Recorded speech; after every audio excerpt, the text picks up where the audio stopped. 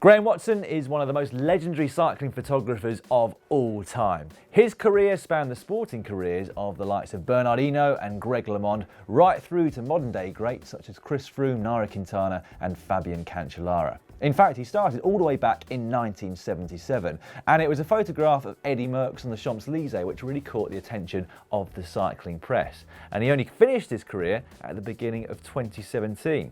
Now, Graham has been very kind in selecting his top 10 favourite photos of that 40-year career. So in no particular order, here goes. What an iconic photo this one is. It looks like the race director's car has run over Jesper Skibby, but the story is that he'd been on a day-long breakaway at the 1987 Tour of Flanders, and here on the brutally steep climb of the Koppenberg, he'd run out of strength and fallen onto the side of the road. The race director's car was forced to go around him in order to allow the riders behind to pass through, and actually it didn't touch Skibby at all, despite the fact that he actually gave out quite a loud scream due to the close proximity of the car. Now, this was the only image to capture that particular moment, so it gave Graham a big name for himself in the cycling mad country of Belgium. Sean Kelly was the Peter Sagan of his era, and as such he used to dominate Graham's photo archive at that particular time. He won countless races across mainland Europe, but this is Graham's favourite, and it features Sean on St Patrick's Hill in Cork at the 1991 Nissan Classic. It shows a man on his rivet, despite being in the twilight of his career at this point, determined to put on a big show for his home fans. Cycling photographers are normally too far away from a sprint finish crash to get a really good image, but Graham got this one absolutely perfectly. It's the 2010 Tour de Suisse, and Mark Cavendish, Heinrich Hausler and Gerard Ciolek have hit the deck. Tom Boonen and Juan Antonio Fleischer are desperately trying to take evasive action to stay upright. And what I particularly love is you can see the Oakley glasses in the corner of your screen desperately making a bid for freedom. Amazingly, despite this high-speed crash at well in excess of 60 km/h, all the riders got up, crossed the finish line and started the next day. The 1988 World Professional Road Race Championships were held in Ronse in Belgium, and home favourite Claude Criquielion was looking good for victory, but then a crash with Canadian Steve Bauer allowed Maurizio Fondriest of Italy to take an unchallenged victory. In the words of Graham himself, "Such emotion is rare to see in cycling these days, but Criquielion's is hard to forget almost 20 years on. Although time has concluded the true fault of that famous crash was more Criquielion's than Bauer's, there was no forgetting the raw, ugly, weighted hatred towards the Canadian in the moments after the incident. This is a shot that will be etched into the history of cycling." Graham says that he had to choose an image of Fabian Cancellara amongst his favourites because he'd been capturing images of the Swiss rider ever since the 1999 World Time Trial Championships in Verona. And he's chosen this one of Cancellara riding up the Muur van Geraardsbergen in the 2008 Tour of Flanders in front of hordes of cycling fans. And Graham says he always felt that the job of a cycling photographer was not just to capture action shots, but also to capture the unique atmosphere and raw emotion of our sport of cycling. And Fabian, as well as Tom Boonen, really helped him to do that over the years.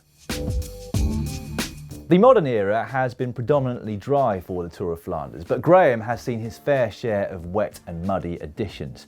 And here at the 1983 Tour of Flanders, the conditions were nothing less than biblical. A week's worth of rain on the Paddestraat here, as well as loads of mud which had washed in from the surrounding fields. And Graham loves this grainy black and white shot because of its unique appearance, like an image lost in time, from when only true Flandrians could get out of bed and race and win.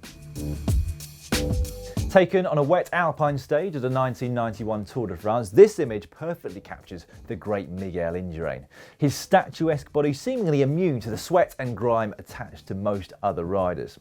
Indurain hated riding in these conditions, but this image serves as an inspiration to lesser champions who know that Indurain was just like everybody else when it comes to riding in the wet. Graham says that this picture perfectly sums up what it used to be like as a foreigner trying to make your way in Belgium when you're a bit down on your luck. This is Sean Yates at the 1982 Gent Wevelgem.